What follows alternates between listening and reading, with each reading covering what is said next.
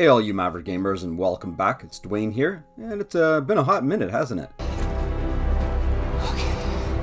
Wow. It's been a minute, huh, Matt?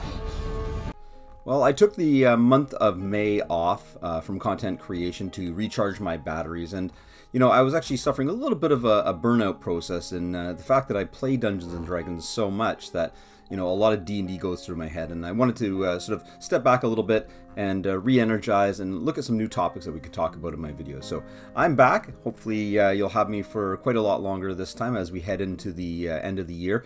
And of course, September being the big reveal of Dungeons and Dragons 6th edition, 1D&D, or D&D 2024, whichever you want to call it. Today, I'm going to be jumping back into an old friend of mine, or jumping back and reacquainting with an old friend of mine, and showing you viewers the new Roll20 D&D character sheet. Now, this is rolled out in alpha state, so it is not complete, and you cannot integrate it into your Roll20 games just yet. They are allowing you to preview it. There are some pre-built characters, and it's going to give you pretty much a fully, you know, fleshed out taste of what this is going to look like. I would imagine they're still going to make some changes to it, and some of the actual mechanics of the character sheet that you're going to see today are not running, but I'm sure they have them working in the background waiting to roll out. I'm going to talk a little bit about the actual rollout of this at the end of the video and show you a little bit of a roadmap that they've given us as to what we can expect when the new D&D rules actually land. So let's jump in and have a look.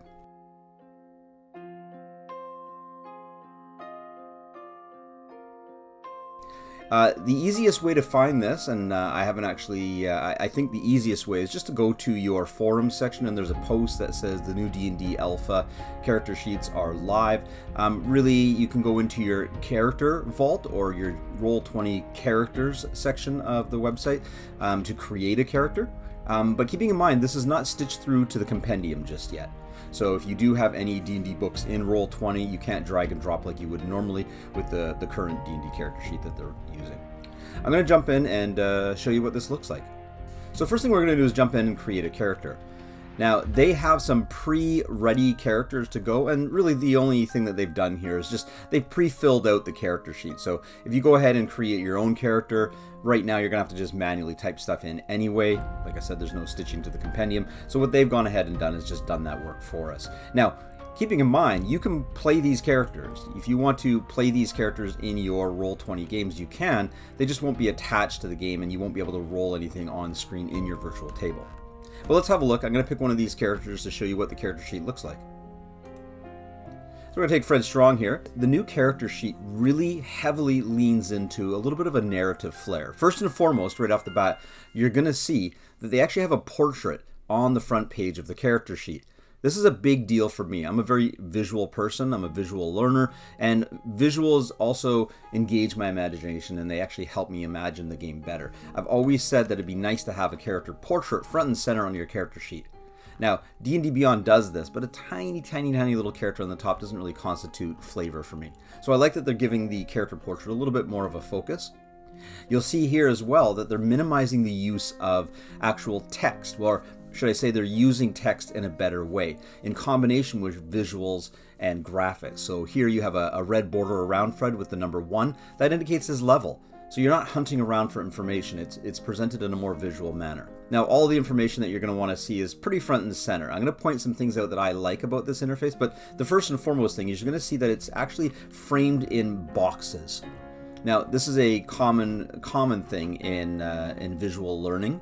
I actually work primarily with children who have autism and special needs. So my D&D character sheets that I try and use in my sessions are all about how do I frame the information or parse the information for the players to see. Here you've got your ability scores, which again are highlighted with red boxes, so that draws the attention. Everything's got a very subtle use of color and shapes in this character sheet to sort of highlight certain areas that they want you to see, initiative, etc. Scrolling down, you're going to see your standard stuff here, but again, what they've done is they've borrowed a little bit from D&D Beyond in that they don't just plow through and present all the information you need for your combat spells, inventory, traits, and all that stuff. They've given it clickables. So what I mean by that is you can click on a category, just like in D&D Beyond, and it will only show you that category. Features and traits, notes, and about your character. So again, everything's parsed and everything's organized in a much better fashion. The use of color as far as highlighting the white text on a darker background is also something that I really like as well. Worth noting here in combat is they use different colors to identify your hit and your damage, as opposed to just having sort of two of the same color fonts side by side. It cuts down on player confusion. Now, the one thing that I do really like about this sheet is, so far, it has a little bit of a collapsible nature. So what I mean by that is, the skills section of a D&D character sheet is pretty much the biggest overwhelming thing, outside of maybe inventory and attack actions. But skills is pretty overwhelming. What they've done here is, a lot of the times this doesn't need to be front and center. You don't need to be staring at your skills while you're playing D&D. In fact, most of the time, you don't even need to have them up on screen until the Dungeon Master actually tells you it's time to make a skill roll. So by adding a little collapsible option is a little touch that I really enjoy. So now at this point you have all of your skills listed down there, and you can even roll these skills. The math is now hidden. Math can be pretty overwhelming when it comes to Dungeons and Dragons for new players and existing players. So to hide that math and just focus on the actual skill names is a nice little touch. I really like that. Now, the flexibility and customability of this I won't know until I get hands-on with this. So I don't know some of the details that you can do. Spells, for example, haven't been put in here yet. Inventory is as simple as just adding the inventory in. I have put some requests into the Roll20 team to see if they actually can incorporate icons. The Pathfinder 2e rework that they're doing currently has little square thumbnails that are attached to each piece of equipment that have sort of an indicator. The armor has an armor symbol, weapons have a sword. So just again, another visual cue for players who are scrolling through large inventory lists. They are giving you the ability to customize to an extent. You can have equipped and non-equipped. So there is some settings that can be toggled and whatnot throughout the character sheet. But until this goes live, I won't really know the extent of it. Likewise, up here with your defenses and such, you'll have the ability to add additional defenses. So again, they have built in a lot of customability, but we'll just have to wait and see. Now, another cool thing that I do like about this is that they have put the option to roll with advantage, disadvantage, or even whisper to your GM actually at the top of the sheet. Previously, this was buried actually in the settings portion of the D&D character sheet in Roll20, so you had to go in and toggle it as a toggle. Right now, if you want to roll with advantage, you can just click roll with advantage. If your DM says you have disadvantage, you can click and roll disadvantage and then make your roll. You can turn it off by going to automatic. This little touch means it's quicker and easier. Rather than players rolling 2 dice one after another just to pick the higher of the two, they can just click advantage, roll, and that result will show up right in the chat. Overall, this is just a snapshot of what the 2024 character sheet for Roll20 is going to look like. I don't know if they're going to be making any major changes to what we see here, but it'll be interesting to see how easy it is to drag and drop stuff from the compendium. Now, what I mean by compendium is that in a world of digital virtual assets and tools, you can purchase your Dungeons & Dragons handbooks right in Roll20, among other sources like D&D Beyond as well, and there's a plethora of sites that will sell you digital versions of your rulebooks. If you're not careful, you're going to end up buying a lot of these rulebooks like I have. But I do have the Dungeon Master's Guide, Player's Handbook, and Monster Manual in my Roll20 profile, which means I can drag and drop items from the Roll20 compendium, which exists right in the Roll20 page, and those will get entered in with all of the details right into the Roll20 character sheet. I don't have to sit there and manually type in damages, properties, traits of different weapons and such. I can just drag them right into the character sheet and they get entered in. So if you are going to be using Roll20 as your preferred VTT, I highly recommend buying the compendiums through Roll20. It'll just make life a lot easier for you.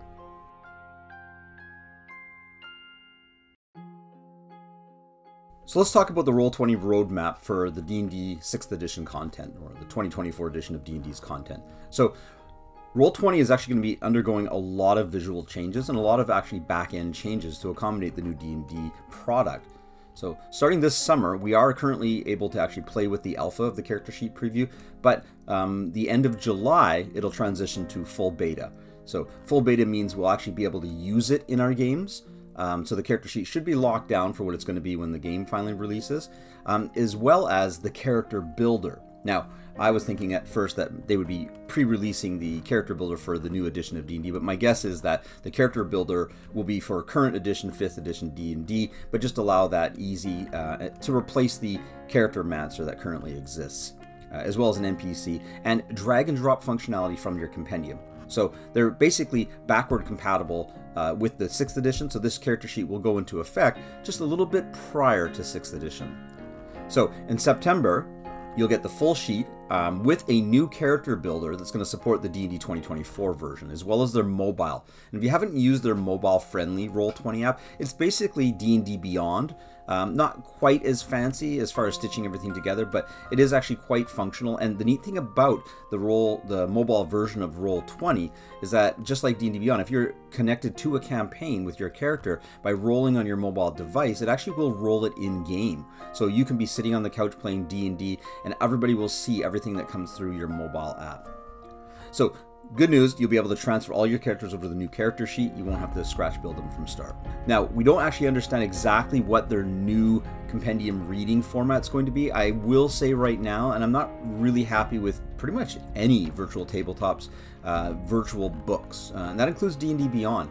One of the key problems that I have, again, being a visual learner, is that they've stripped out all of the visual and artwork assets to a point. I mean, they do incorporate them, but the actual feel of looking at the actual book itself is gone, as most of the pages are just printed text on a background, and every once in a while they'll throw in an image. So I'm hoping that their enhanced compendium reading experience that we get in September will at least channel sort of that feel of looking at the real books themselves.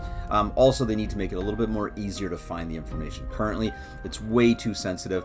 Case sensitivity plays a big factor sometimes in your searches, and the right word needs to be typed in when you're looking for something. So not quite as expansive as I would like it to be. So that's sort of the roadmap. It looks like this year for Roll20 is going to be really focused on user interface and integration with the new rules. So it's all positive and it's all good stuff, and something I've been looking forward to for a long time. I hope you're all having fun playing Dungeons & Dragons. I'm happy to be back, and we'll talk to you soon. Before you go, I need your help. I'm trying to grow the exposure of what we do here at Maverick Games. My goal is to actually bring information to parents and students for fun, academics, and even support of neurodivergency. Please subscribe and make sure you click on those notifications. I don't do paid ads or sponsorships. I hope that you can find content here that's enjoyable for yourself and maybe others. Thank you very much, and thanks for tuning in.